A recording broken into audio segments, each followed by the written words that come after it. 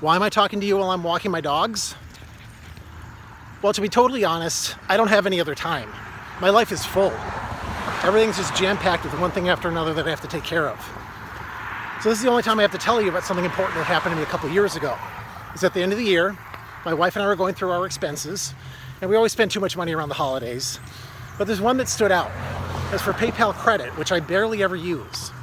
Except they told me that I owed them over $3,000. And when I looked at the transactions, they were all for this service that provides clothing and equipment for video game characters. There's over 40 charges on there that I supposedly made in the past month.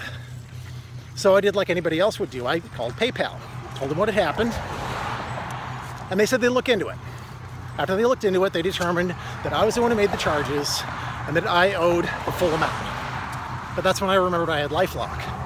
Now, I always thought of LifeLock as being something that you used sort of like homeowners insurance or health insurance, where you hope you never need it, but if you do, you're glad you have it. And I'm glad I had LifeLock. Especially I'm glad I had Stacy in my corner. Stacy's a pit bull, really nice pit bull, but she's a pit bull. She would not give up on this case, and she wouldn't give up on me. It took a year and a half.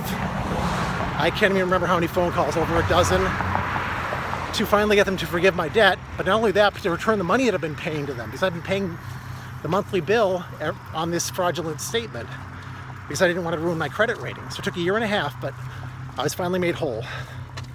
So now I have time to do things that are important to me, like taking my dogs out for Pepper. No,